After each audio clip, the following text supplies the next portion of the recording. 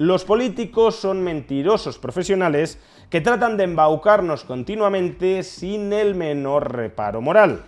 Podemos ilustrarlo con absoluta perfección a través de los testimonios de Santos Cerdán y de José Luis Ábalos previos a las revelaciones de la Guardia Civil sobre su implicación en la corrupción estructural del PSOE.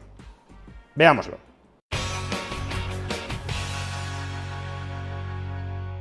Quienes tienen idealizada la política no quieren reconocerse a sí mismos que los políticos son mentirosos y embaucadores profesionales que tratan de engañar masivamente a la población para que se someta a sus órdenes y así poder parasitarla con absoluta impunidad. Quienes idealizan la política tienden a considerar que nuestros gobernantes persiguen algo así como el bien común, el interés general o al menos unos valores, unos principios, unos ideales que son los que propugnan desde su formación política y desde sus programas electorales.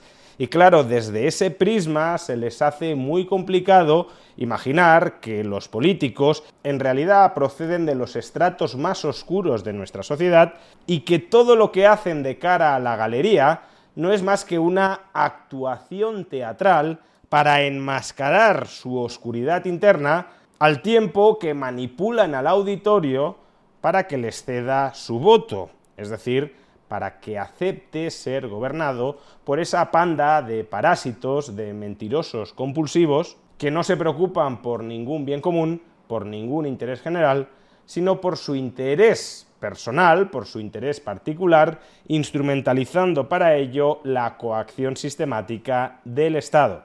Y estos días, de hecho, tenemos algunos ejemplos muy claros de cómo los políticos mienten sistemáticamente, con absoluto descaro, sin que se les arquee una ceja cuando nos están contando trolas gigantescas y, por tanto, ilustrando una verdad que jamás deberíamos perder de vista. Y es que los políticos, especialmente los de más alto nivel, no son seres bondadosos, son seres ruines que precisamente por ser ruines han conseguido llegar donde han llegado.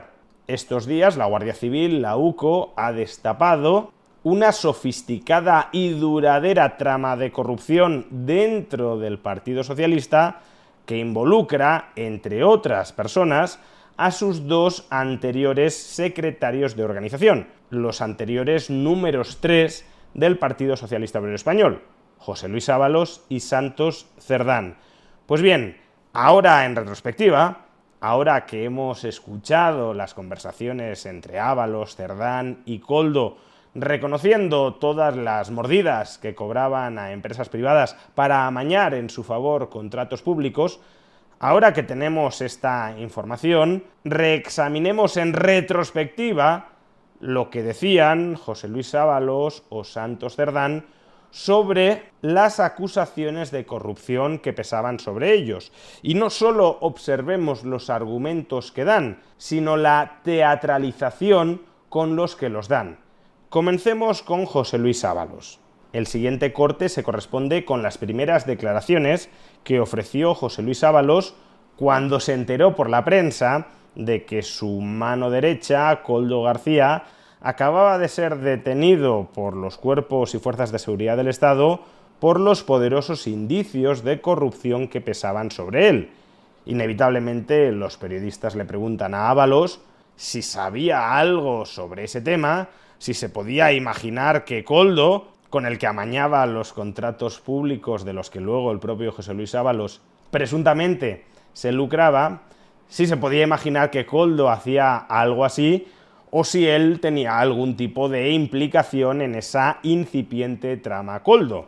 Pues bien, escuchemos la respuesta que ofrece José Luis Ábalos diciéndonos que él, por supuesto, no tiene nada que ver y jamás se podría haber imaginado algo que sabía a ciencia cierta que sucedía, y es la participación de Koldo en esta trama de corrupción de la que él era beneficiario.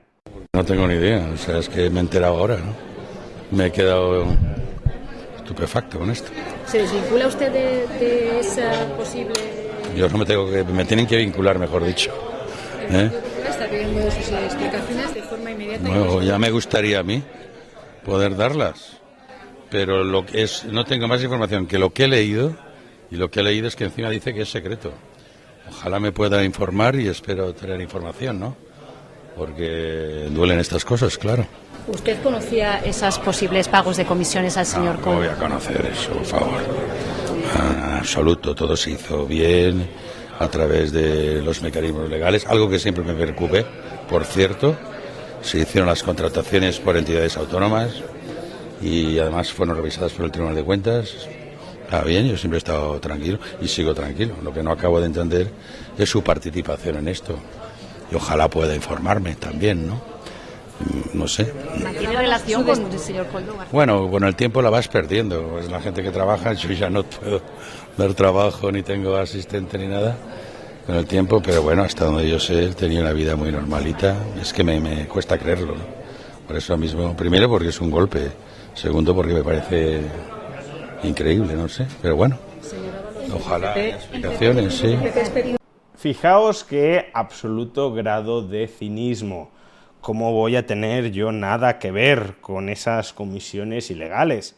Yo mismo me preocupé siempre porque se hiciera todo bien, porque no hubiese ningún amaño en favor de ninguna empresa. Me sorprende mucho que Koldo haya participado en todo esto, cuando era una persona normal, que llevaba un tren de vida absolutamente normal, como yo mismo. Pues bien, detrás de toda esta fachada de aparente sorpresa, de aparente pena, de aparente estupefacción, ahora sabemos que José Luis Ábalos estaba metido de lleno en esa trama y que era pleno conocedor y pleno beneficiario de todo lo que se cocía en ella. Pero esta no fue la única vez en la que José Luis Ábalos sacó sus dotes de actor. Por ejemplo, cuando más adelante le preguntaron ya directamente, porque ya empezaba a haber información pública que apuntaba en esa dirección, si se llevaba comisiones por amañar contratos públicos en favor de empresas privadas, fijaos en la indignación con la que responde negativamente José Luis Ábalos a esa cuestión. ¿Usted se ha llevado comisiones, sí o no? No, en absoluto, perdone. Es que además me importa eso mucho. Porque si algo yo no he hecho es lucrarme. ¿Usted no se ha lucrado? No, yo no me he comprado ningún piso en Chamberí, que vale más de 1 millón. Yo tengo el mismo piso en Valencia desde el año 87. Por lo tanto, yo no me he lucrado en absoluto. No solo roba, presuntamente, sino que además pretende hacerse pasar por víctima de una campaña de acoso y de crítica pública del todo infundamentada. Pobrecito José Luis Ábalos, que no ha hecho nada malo, y sin embargo la sombra de la sospecha se cierne sobre él. Si no llegamos a saber nada más gracias a la UCO, casi darían ganas de votarle en unas elecciones para resarcir el mal mediático que le ha provocado la extrema derecha con esa campaña de acusación de corrupción sin ningún tipo de fundamento, porque él, nos dice, es una persona honradísima que no se ha lucrado por su paso por la política. Pero no pensemos que solo José Luis Ábalos miente con absoluto descaro y con bastante credibilidad si no supiéramos lo que hay detrás de esa fachada. También Santos Cerdán ha reproducido un patrón muy parecido. En primer lugar, cuando se detuvo a Koldo García, una persona que fue su mano derecha en Navarra, se le preguntó también en los pasillos del Congreso si tenía alguna información sobre las comisiones que estaba cobrando Koldo García. Ahora sabemos que las cobraba gracias a la gestión de Santos Cerdán, pero en ese momento simplemente se le preguntaba a Santos Cerdán si estaba al tanto de esas comisiones y si había mantenido alguna relación con Koldo García mientras desarrollaba todas estas actividades ilegales. Que ahora sabemos que sí, que estaban los dos absolutamente en el ajo. Pues bien, observemos cuál fue la respuesta de Santos Cerdán, desmarcándose por completo de las actividades ilícitas de Koldo García. Evidentemente nada, vamos a dejar que la justicia haga su trabajo y como siempre hemos dicho, esta dirección siempre actúa con la corrupción cortando por lo sano. Y es lo que vamos a dejar que trabaje la justicia. Estamos sorprendidos por la noticia, pero bueno, vamos a ver qué es lo que hay de verdad. ¿Una sospecha? ninguna. ¿Conocía el señor Koldo? Presentó al, Sí, claro. Ábalos al señor Koldo, ¿qué tiene que decir sobre Lo conozco porque vivía en Navarra y colaboró con nosotros en Navarra. ¿Y le extraña que haya hecho estos supuestamente estos delitos de los que se le está investigando? Claro que me extraña. ¿Coincidió la destitución de Ábalos con algún descubrimiento sobre estos? Nada tenía que ver, si hubiéramos descubierto algo lo hubiéramos llevado a la justicia. El Partido Socialista y esta dirección, como digo, siempre hemos tenido una cosa bien clara, que la corrupción no la aceptamos. Vinimos a este gobierno de España quitando un gobierno corrupto. El gobierno del Partido Socialista y el Partido Socialista es un partido limpio. Estaba emponzoñado hasta aquí y mientras casi se ahogaba en la ponzoña de la corrupción, estaba proclamando que el Partido Socialista y él mismo es un partido limpio y que nada tuvo que ver el cese de José Luis Ábalos con el descubrimiento de alguna sombra de corrupción. No, ahora sabemos que a José Luis Ábalos se lo cargaron no porque se enteraran de que robaba, que eso ya lo sabían desde hace mucho tiempo porque lo coordinaba el propio Santos Cerdán, sino porque José Luis Ábalos comenzó a robar para sí sin repartirlo con el resto del partido. Y claro, incluso en una mafia existen códigos, y como José Luis Ábalos se saltó esos códigos para robar de manera ordenada y equitativa, pues entonces lo echaron. Esa es la pulcritud del Partido Socialista que estaba reivindicando en ese momento Santos Cerdán. Pero como en el caso de José Luis Ábalos, el cinismo de Santos Cerdán no termina aquí. Cuando meses después Víctor de Aldama manifestó en público que Santos Cerdán formaba parte de esa trama de corrupción y también cobraba suculentas comisiones por amañar contratos públicos, obviamente a Santos Cerdán se le preguntó por esta cuestión y de la misma manera que José Luis Ábalos se indignó enormemente cuando le preguntaron si había cobrado comisiones ilegales, también Santos Cerdán se indigna por dar pábulo a las declaraciones de Víctor de Aldama. Escuchémoslo. Estamos hablando de un delincuente, confeso, el señor Aldama. Y yo le he dicho, la credibilidad que me da Aldama es la misma que me da Feijóo, que se han vuelto el Partido Popular en portavoces de un delincuente confeso. Ya lo hacían, ¿no? Ser portavoces del novio de Ayuso y ahora son portavoces también del señor Aldama. Bueno, las mentiras afortunadamente suelen tener las patas muy cortas, aunque en el camino suframos mucho por acusaciones de este tipo, ¿no? De personas honradas donde nos quieran meter en este fango en el que no estamos. Evidentemente, en lo personal se sufre, lo pasa uno mal, cuando te señalan injustamente como hemos sido señalados, como yo fui señalado, y bueno, y uno piensa sobre todo también en la familia, que desgraciadamente son los que más lo sufren. ¿Por qué cree que lo hace? ¿Qué tiene ese señor contra usted? Pues soy el número 3 del Partido Socialista Obrero Español, lo he dicho. Yo creo que hay un objetivo claro por parte de muchos estamentos de este país de intentar que caiga este gobierno. Pobrecito Santos Cerdán, que lo acusan injustamente de haberse corrompido, y lo hacen porque los poderes fácticos quieren hundir el gobierno de progreso del Partido Socialista, no porque haya indicios abundantes de que sea un corrupto, no por eso, porque él, según nos asegura, es una persona honrada y por tanto nunca haría nada de todo esto que hemos escuchado en los audios que posee la UCO que hizo. De nuevo deberíamos sentir compasión y vergüenza por el calvario que la extrema derecha está haciendo atravesar a Santos Cerdán.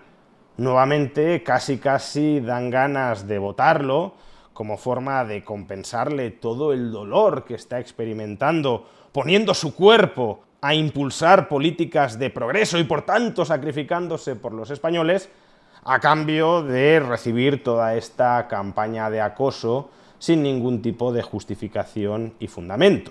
Pues aquí ven la doble cara y la hipocresía profesional de estos dos primeros espadas de la política y del Partido Socialista Obrero Español. Ellos no son la excepción, son la regla. Para llegar donde han llegado, han de actuar como han actuado. Han de ser embaucadores profesionales, tanto dentro como fuera de su partido, para conseguir que muchas otras personas los sigan y los eleven al poder. Una persona que no sea una embaucadora profesional, como estos dos sujetos, será un político que inevitablemente competirá contra ellos en una clarísima desventaja. Si uno miente sistemáticamente y lo hace de manera muy creíble y otro se autolimita a decir siempre la verdad o al menos a evitar mentiras tan grotescas como las anteriores, pues es obvio que evolutivamente el primero, el embaucador, el mentiroso profesional, tenderá a ganar al segundo. Y el segundo o se adapta a esas reglas de juego, es decir, se convierte también en un mentiroso profesional para competir eficazmente con el primero, o simplemente es desplazado y alejado de los centros de poder de la política. Y así, una vez hemos visto el cuajo con el que los políticos nos mienten de manera completamente radical, desde el mismo fundamento de sus declaraciones, no es que suelten alguna mentirijilla para adornar su argumentario, sino que prácticamente se desdoblan en una persona distinta de la que son. Una vez hemos comprobado esto en retrospectiva, valoremos ahora si declaraciones tan aparentemente sentidas como las siguientes también son un ejercicio de desnudez, de transparencia, o más bien una nueva impostura profesional. Quiero pedir perdón porque hasta esta misma mañana yo estaba convencido de la integridad de Santos Cerdán. En realidad estabas tan convencido de la integridad de Santos Cerdán como de la tuya propia, es decir, absolutamente nada. Pero esto es una realidad que los políticos, mentirosos profesionales, no nos pueden revelar jamás, porque entonces perderían el poder. Al contrario, ellos mismos han de mantenerse dentro de esa rueda de hámster de las mentiras. Han de seguir en esa carrera de la rata, mintiendo cada vez más y confiando que nuevas mentiras tapen mentiras anteriores. Pero a veces se les termina la suerte y acabamos viendo su auténtico rostro, un rostro espeluznante.